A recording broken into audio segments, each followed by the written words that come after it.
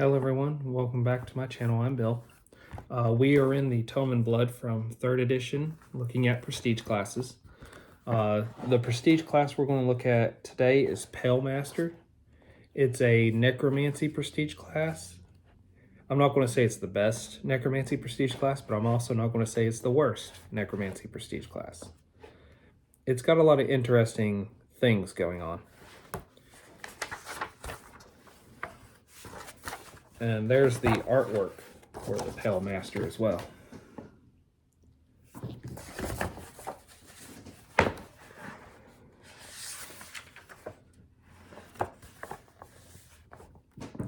So I'll go over the requirements to become a Pale Master, and then I'll go over what changes I'd make to those requirements for a Pathfinder character.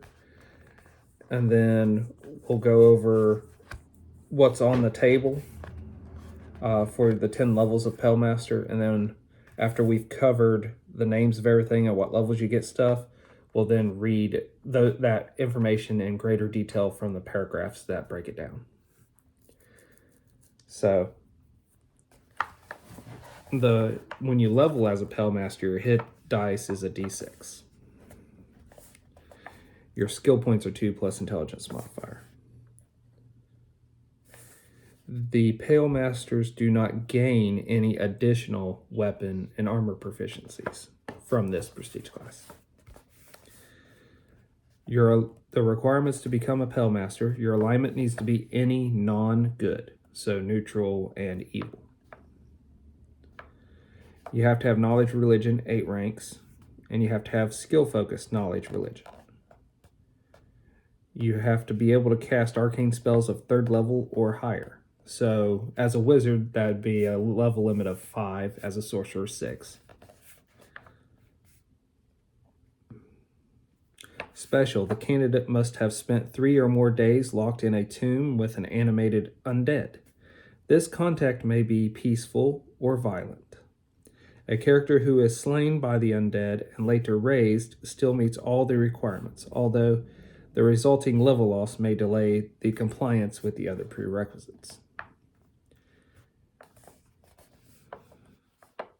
Now, the knowledge religion 8 ranks is the only thing I would have to change for a Pathfinder game. Because 8 ranks is what you would have by a 5th level wizard in 3rd edition D&D. Because your maximum ranks were 3 plus your level for a class skill. For Pathfinder, your maximum ranks are your level, and then your class skills get a bonus plus 3 miscellaneous. But those aren't counted as ranks. So I'd change the ranks to be 5 ranks in knowledge religion. That'd be the only thing I'd change. Okay, now let's look at the table of the Pale Master. The Pale Master does not get a good attack bonus for the progression of the prestige class. At first level, the bonus is +0.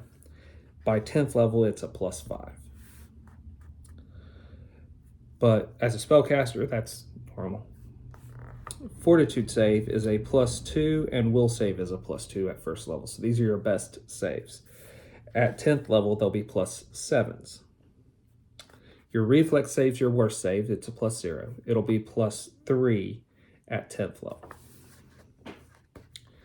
Now, every other level of Pale Master, every odd level of Pale Master, you gain +1 of your existing class for your spells per day. So at first level Pale Master, you're considered a 6th level wizard if you were a wizard entering this.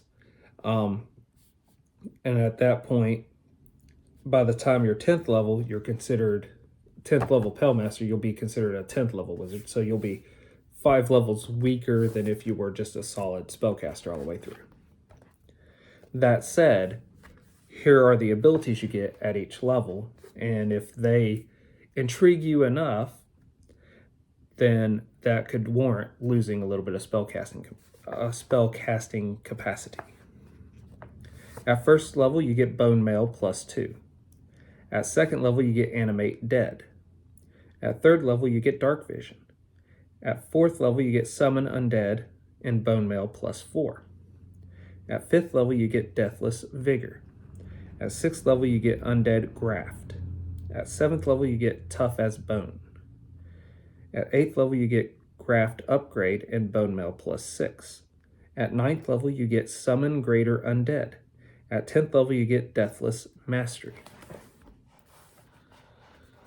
So let's start with the bone mail. The Pale-Master has an instinctive feel for bone and can craft necromantic armor composed of interlocking bones. His appreciation for all things dead allow him to wear the bone mail like a second skin. That is natural armor, which does not interfere with arcane spellcasting. Only a Pale-Master gains any benefit to armor class from wearing the bone mail.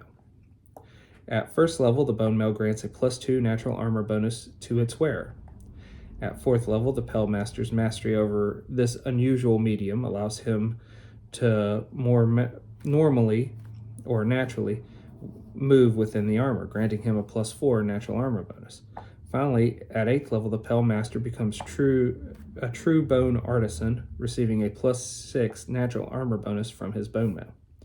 These increased bonuses are the result of greater expertise in wearing the armor, so bone mail created by a higher level Pale-Master confers only the natural armor bonus appropriate to the wearer's level. Animate Dead. At 2nd level, the Pale-Master begins to exercise control over the undead. Once per day, as a spell-like ability, he can use Animate Dead without the need of a material component. Levels of this prestige class count as caster levels for this purpose.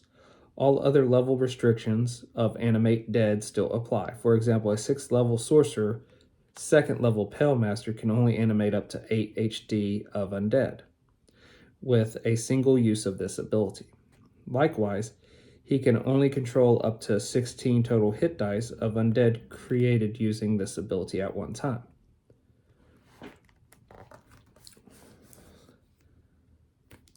It's a once per day power, so I probably would increase that for Pathfinder. I would give him maybe half your Pale-Master levels in uses per day to animate undead. That seems reasonable to me. And then you'll see a lot more undead on the battlefield.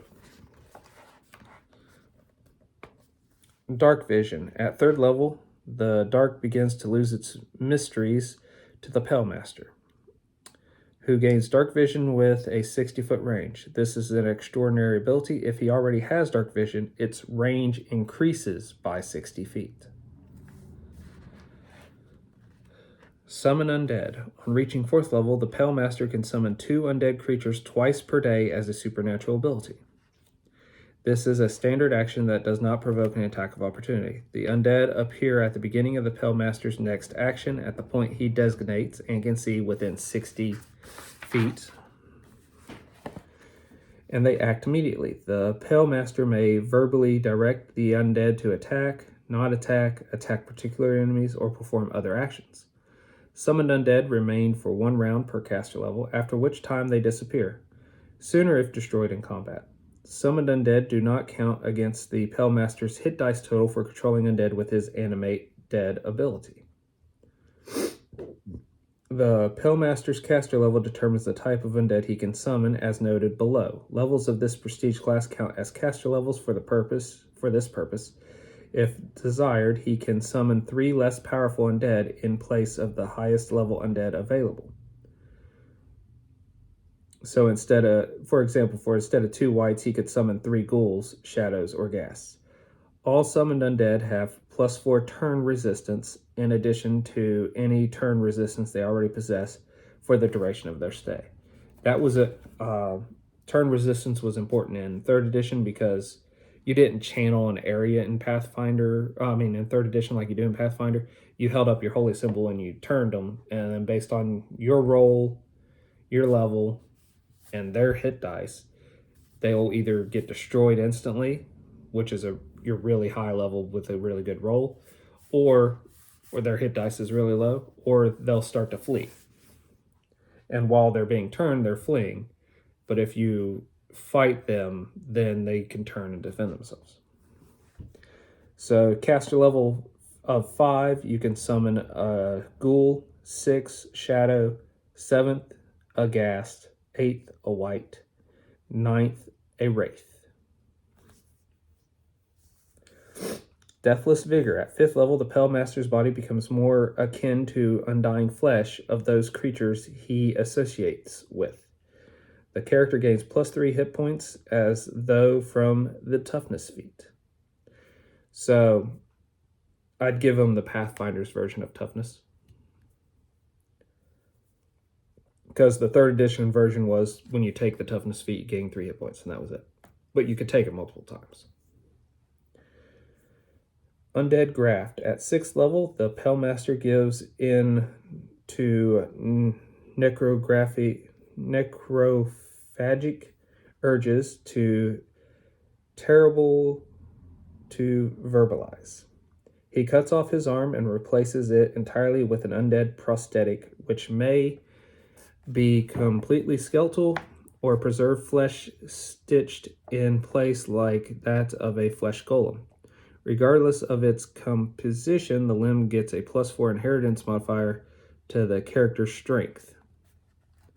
Additionally, the Undead Graft allows him to use up to 2 of the following touch attacks per day. These are supernatural abilities, and he can use the same one twice in one day. A touch attack that misses does not count against the daily limit. Paralyzing Touch. A living foe hit by the Pale Master's touch attack must succeed a Fortitude save, DC 14, or be paralyzed for 1d6 plus 2 minutes. Elves are immune. Weakening Touch. A living foe hit by the Pale Master's touch attack takes 1d6 points of temporary strength damage. A creature reduced to strength of 0 dies.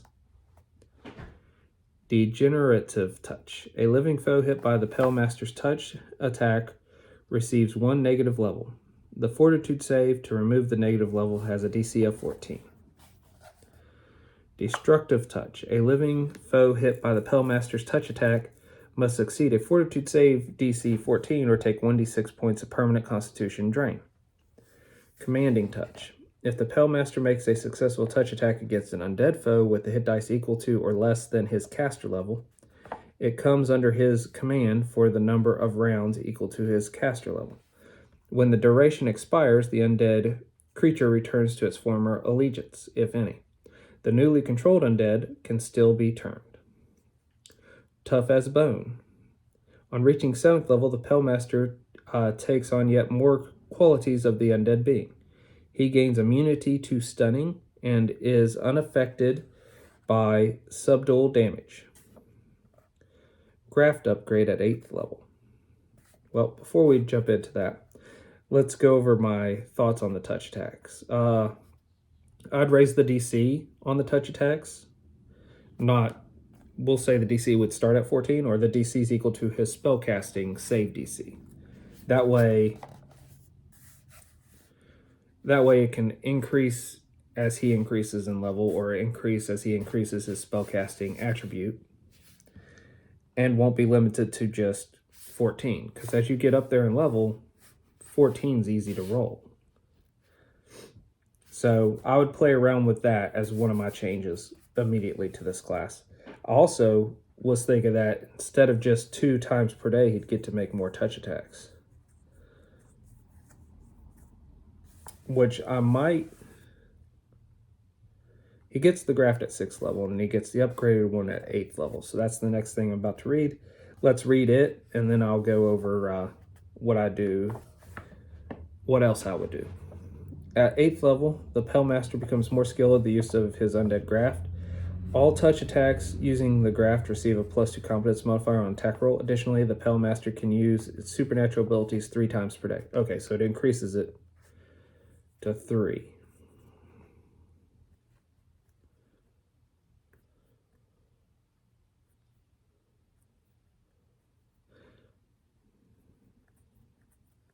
So I would say at 8th level, I'd go with the 3 per day, and I'd let that increase to 9th level, and 10th level would be increases to uses.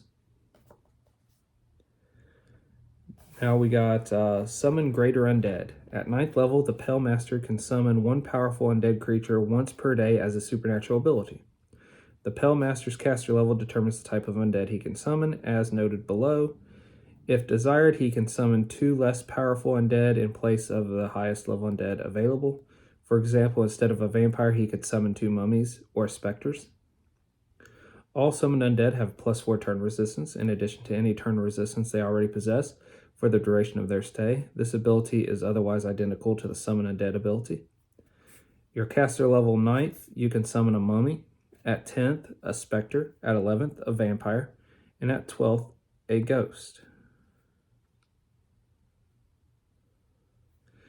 Note that a summoned vampire will have a CR equal to 1 less than the Pale Master's effective caster level.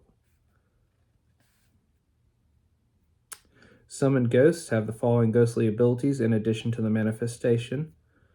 They have malevolence, horrific appearance, and corrupting gaze.